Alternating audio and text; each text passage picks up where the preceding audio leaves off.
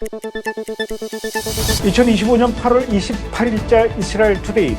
이스라엘과 하마스 간 벌어진 전쟁 오늘로 692일째를 맞이합니다. 현지 시간으로 지난 25일 우리나라 언론에서는 또다시 이스라엘 군이 가자 지구의 칸 유니스 지역에 있는 나세르 병원을 공격해서 기자와 구조대원 20명이 숨지고 수십 명이 다쳤다, 이렇게 보도를 시작했습니다. 그러면서 또다시 이스라엘을 향한 비난이 쏟아지고 있죠. 그러나 여러분 생각해 봅시다. 그동안 하마스가 병원을 자기들의 은신처로 얼마나 많이 활용했습니까? 병원 지하에 하마스의 군사기지를 만들어 놓았죠. 심지어는 하마스 대원이 의사와 환자 가운을 입고 돌아다니기도 합니다. 그리고 하마스 대원이 기자 신분을 갖고 가짜 기자 행세도 하고 다녔습니다. 가짜 기자들, 가짜 환자들, 가짜 의사들이 병원에서 진치고 있는 것이죠. 이건 왜 그러겠습니까? 이스라엘 군이 병원을 공격하게 되면 전 세계에서 욕먹을 것이 뻔하니까 이렇게 한마디로 말해서 환자와 의사를 방패막이 삼으려고 하는 것입니다. 이번에 사망한 기자와 구조대원, 진짜 기자와 진짜 구조대원이라고 생각하십니까? 천만의 말씀입니다. 이렇게 제대로 확인도 안 한 가짜 뉴스를, 이것도 뉴스랍시고 인터넷 방송에서, 그리고 인터넷 매체와 각종 방송에서 뉴스를 내보내고 있습니다.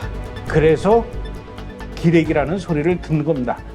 자, 이제는 가짜 뉴스가 아니라 진짜 뉴스를 전하는 우리 브레드TV의 진짜 PD 이유진 PD와 함께 더 자세한 이야기 나눠보겠습니다. 어서 오십시오. 진짜 뉴스만 얘기해 주시죠. 네. 본인 얼굴도 진짜죠. 네. 자, 먼저 가짜 상황 좀 얘기를 들어봐야 될 것 같아요. 어제 오늘 일은 아니지만 가자 지구 안에서 일어나고 있는 상황이 매우 심각하다. 특히 기아와 기근으로 많은 아이들이 지금 굶어 죽어가고 있다. 이런 뉴스들이 최근 들어서 유난히 많이 나오는 것 같아요. 특히 유엔이 주도하는 좀 복잡하고 길어요. 통합 식량 안보 단계 분류 체계. 이걸 이제 IPC라고 하는데, 이 IPC가 최근에 가자 지구가 기근 상태에 들어갔다, 이렇게 공식적으로 인정을 하고 발표를 했습니다. 우선 통합 식량 안보 단계 분류, 이름이 굉장히 길어요. 이름이 길면 사쿠라가 많아요. 여기 뭐 하는 데인지 그부터 좀 설명해 주시죠. 네, 이 IPC는 유엔이 주도하는 이제 국제 식량 위기를 분류하고 평가하는 시스템입니다. 한마디로 여러 유엔 기구가 그리고 NGO와 정부가 함께 이제 참여해서 만든 평가 틀이고요. 식량 위기를 1단계에서 5단계까지 나누어서 전 세계적으로 동일한 기준으로 평가하는 방법론, 그리고 네트워크라고 이해하시면 됩니다. 여기서 가장 심각한 단계가 5단계인데 최근 가자 지구에 대해서 5단계인 기근, 재앙 단계에 들어갔다고 발표한 것이죠. 유엔 산하 기관이군요. 벌써 딱 느낌이 사쿠라 느낌이 납니다. 그래서 이들이 이야기하는 것처럼 지금 가자 지구 상황이 심각하답니까? 네, 결론부터 말씀드리면 사실 정치적 조작입니다. 이제 실제로 미국의 의료 분야 감시단체인 CMI, 이 CMI가 이번에 IPC의 발표가 실증 데이터에 기반하지 않은 정치적 선언에 가깝다고 밝혔습니다. 일단 IPC의 5단계인 기근 단계 핵심 조건은 최소 20% 가구가 극심한 식량 부족을 겪고 30% 이상의 어린이가 급성 영양 실조, 그리고 인구 1만 명당 비외상성 사망률이 하루 2명 이상일 경우 기근으로 판단합니다. 하지만 가자 지구의 경우 인구 단위 사망률도 충족되지 않았고 아동 영양 지표인 미확 수치를 실질보다 과장 적용했다는 지적도 나왔습니다. 아동 영양 실조 기준이 충족되지 않았다는 말인데요. 즉 데이터가 아니라 예측과 정치적 프레임을 기반으로 기근을 규정한 것입니다. 이 때문에 현재 IPC가 정치화되었다라는 그런 비난도 계속 받고 있는 상황이고요. 미국에 일단 그 의료 감시 분야, 의료 분야 감시 단체가 있군요. CMI, Center for Medical Integrity. 괜찮습니까, 바로? 네. 예. 그렇다면 이 가자 지구의 심각한 기아 상태가 사실은 뭐 대체적으로 가짜 뉴스라는데, 이렇게 가짜 뉴스를 만드는, 이 프레임을 만드는 사람, 만드는 국가, 도대체 누굽니까? 이제 많은 전문가들은 이집트의 국경 봉쇄를 가자 지구의 가짜 위기 조성 중 핵심 중 하나로 지목을 합니다. 가자 주민들이 나갈 수 있는 유일한 길이 바로 이집트 라파 국경인데요. 이집트가 전쟁 직후에 이곳을 철저하게 막아버리면서 가자 주민 200만 명이 전부 전쟁터 안에 갇히게 된 겁니다. 그리고 이 상황이 마치 전례 없는 인도적 위기처럼 비춰지게 된 것이죠. 이집트는 겉으로는 만약 난민을 받아서 가자 땅이 비워지고 팔레스타인인들이 난민으로서 타국에 정착을 하게 되면 팔레스타인 독립국가의 명분이 사라지기 때문에 그래서 국경을 봉쇄하는 것이다 이렇게 말을 하지만 실제로는 시나이 반도의 안보 불안과 경제적 부담 때문에 문을 닫은 것이라고 하는데요. 이 시나이 반도가 이미 전부터 테러 세력들이 반군 활동을 해왔던 곳인데요. 만약 가자에서 대규모 난민이 들어오면서 다른 무장 테러 세력들, 하마스 같은 그런 테러 세력들이 섞여서 들어온다면 이집트의 안보와 치안이 불안정해질까 봐 그것을 우려한 것이죠. 또 난민들로 인해서 시나이 반도가 잠식이 된다거나 하는 것도 그렇고 이미 이집트는 많은 난민을 수용 중인 상태이다 보니 추가 난민을 받아들이는 게 경제적으로, 사회적으로 감당하기 힘든 그런 측면도 있습니다. 결국 이집트의 국경 봉쇄는 철저히 이집트 자국의 이익을 위해서 한 결정이었던 건데 마치 팔레스타인의 대의를 위해서 결정한 것처럼 그렇게 표장을 했고 국제사회는 이 모든 책임을 이스라엘에게 돌리면서 지금의 가자 대기근 프레임이 만들어지게 된 것입니다. 이집트가 이제 그 큰 역할을 했는데 물론 이제 유엔도 그렇고 서한지구하고 가자지구에서 활동하고 있는 UNRWA 팔레스타인 난민구 기구가 사실은 알고 보니까 순수한 의미로 그 난민들을 도와주는 게 아니라 하마스하고 긴밀하게 연계돼 있어가지고 하마스와 함께 나쁜 짓들을 많이 한다. 이게 이제 알려졌어요. 그래서 가자지구 안에서 이 UNRWA 활동을 사실 중지를 시켰거든요.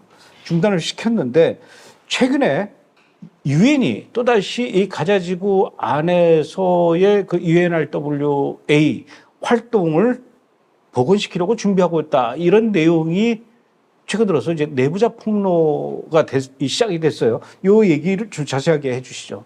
네, 이 내부 고발자들의 폭로에 따르면 유엔은 의도적으로 미국이 주도하는 이 민간구호 단체인 GHF의 활동을 지연시켰습니다.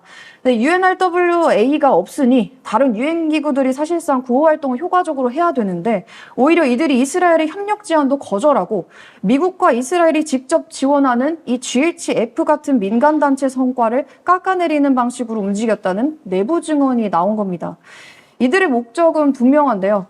GHF 같은 민간단체가 현장에서 성과를 내지 못하게 막아서 봐라, UNRWA가 빠지니까 가자 구호가 마비됐다.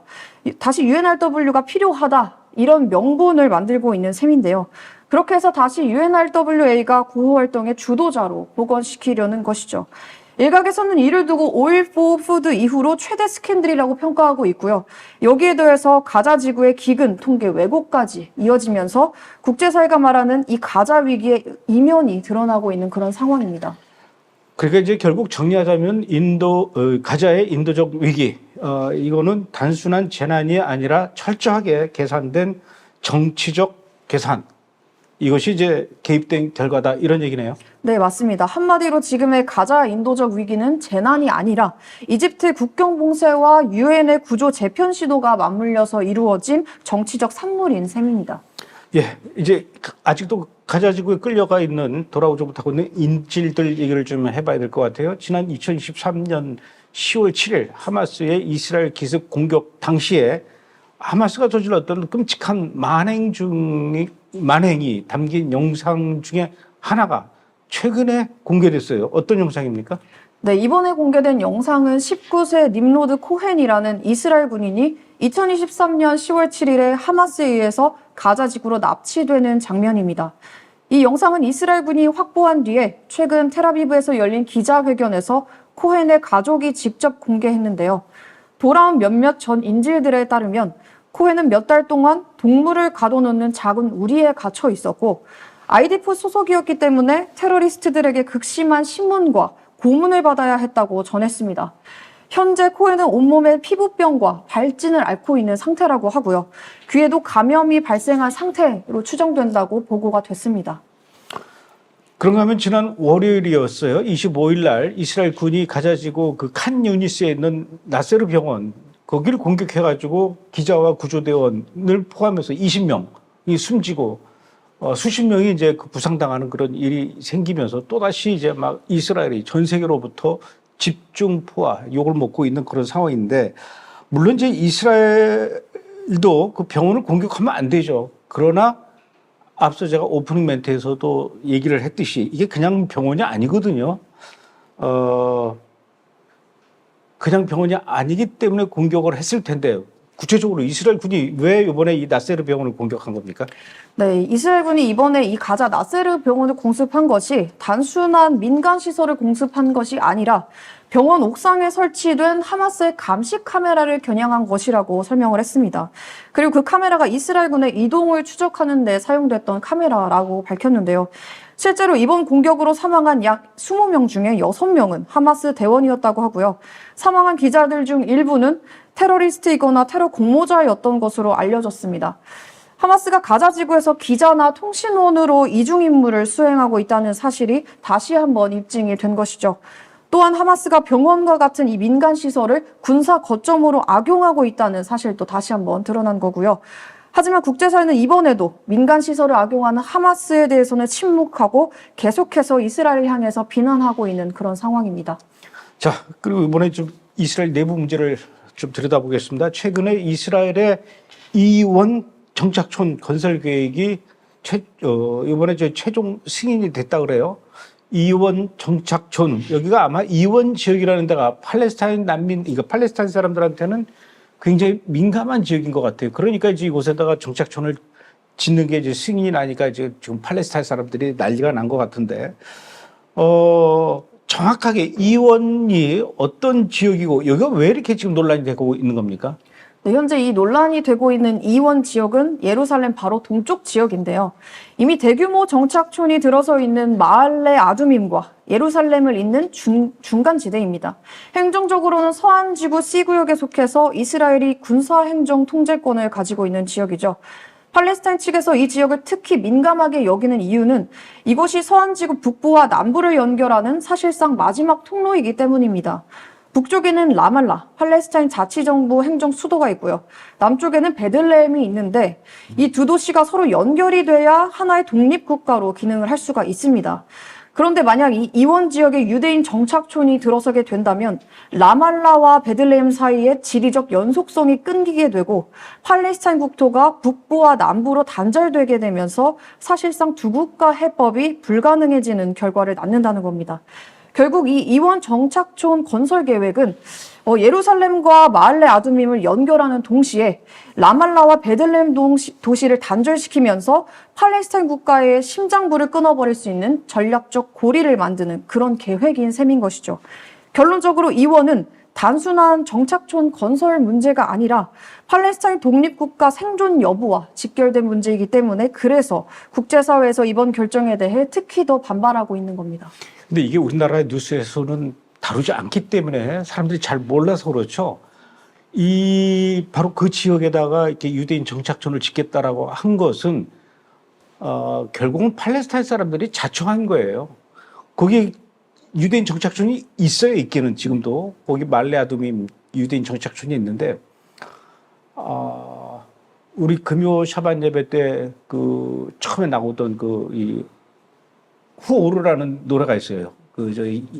히브리어로 부르는 메시아닉 유대인들이 부르는 그 후오르라는 노래를 부르는 메시아닉 유대인 찬양팀이 바로 그 동네에서 살거든요. 그래서 제가 잘 알아요, 그 동네를. 그런데 팔레스타인 애들이 거기 와서 테러를 이렇게 많이 일으켜요. 그러니까 이스라엘 입장에서도 거기를 계속 이 경계와 이 보안을 강화할 수밖에 없는 거예요. 그러니까 결국은 그 경계와 보안의 정점이 바로 이제 유대인 정착촌을 더 만드는 거죠.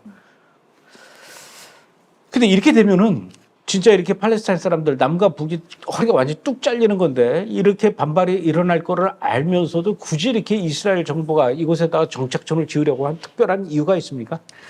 이스라엘 측 논리는 단순한데요. 국가 안보와 생존의 문제라는 겁니다. 이스라엘 정부는 무엇보다도 안보적 필요성을 강조하고 있습니다. 예루살렘의 동쪽 방어선을 확보해서 다시는 수도가 외부 세력에 의해 고립되지 않도록 하려면 반드시 이 이원 지역을 장악해야 한다는 것이죠. 또 다른 이유는 팔레스타인 국가 수립 차단입니다. 이스라엘 구구 성향의 장관들은 이번 결정을 두고 두 국가 해법의 환상을 끝내는 역사적 순간이다라고 하면서 환호했는데요. 즉, 이 이원 정착촌 계획이 팔레스타인 국가 수립의 가능성을 원천적으로 차단하는 전략이기 때문인 것이죠. 알겠습니다. 지금 뭐 가자 지구 안에서도 이스라엘 군들이 계속 그 마지막 공세를 좀 펼치고 있는데 여기뿐만 아니라 지금 이스라엘이 저 아라비아 반도 남쪽 끝에 있는 예멘의 후티 반군하고도 계속 지금 공방이 이어지고 있습니다. 지금 그쪽 상황은 어떻습니까? 네, 지난 금요일 22일에 후티 반군이 먼저 이스라엘 향해서 집속탄이 장착된 탄도미사일을 발사했습니다. 목표는 이스라엘의 벤구리온 공항이었는데요. 이 미사일은 이스라엘의 요격으로 공중에서 파편화돼서 직접적인 피해는 발생하지는 않았지만 파편의 일부가 한 주택에 떨어졌다고 합니다. 다행히 그곳에 사는 여성은 미리 대피를 했기 때문에 인명피해는 따로 없었다고 하는데요. 하지만 후티의 집속탄 사용에 대해서는 논란이 일고 있는 상황입니다. 후티 반군이 집속탄을 사용했다라는 거죠. 이거 굉장히 심각한 문제인데 왜 이 집속탄을 사용하는 게 심각한 문제인지 그걸 좀 설명해 주시겠습니까? 네, 이 집속탄은 이제 하나의 탄두 안에 수십 개에서 수백 개의 소형 폭탄을 담고 있다가 공중에서 흩뿌려지는 그런 구조인데요. 전투 중에는 넓은 지역을 동시에 타격할 수 있다는 그런 군사적 효율성이 있지만 문제는 이 소형 폭탄 중 상당수가 불발탄으로 남는다는 것입니다. 이 작은 폭탄들이 땅에 떨어지면서 상당수가 터지지 않고 남게 되는데 이게 전쟁이 끝난 뒤에도 지뢰처럼 수십 년 동안 민간인을 위협하게 되죠.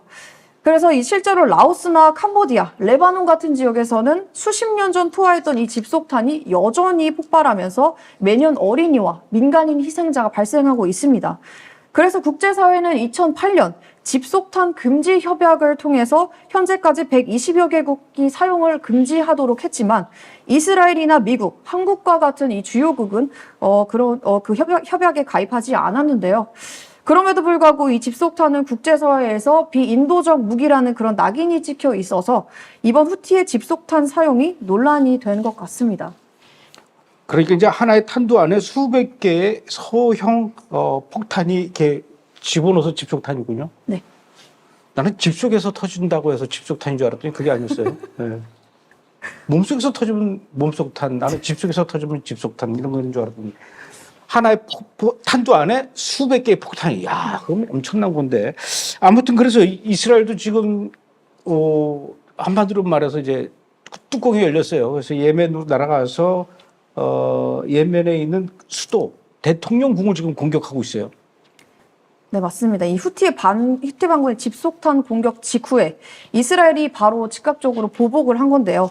예멘 수도 사나에 있는 대통령궁 인근의 군사시설을 집중 공습했습니다.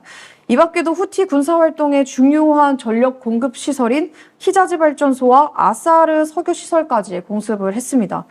산하 주민들은 대통령궁 근처에서 폭발음이 들렸고 연기 기둥이 목격됐다고 전했는데요. 이스라엘군은 이 해당 시설들이 후티의 군사활동에 사용되고 있는 시설들이었다라고 밝혔고 이번 공격으로 최소 6명에서 10명 정도가 사망했고 그 80명 이상이 부상을 입은 것으로 전해졌습니다.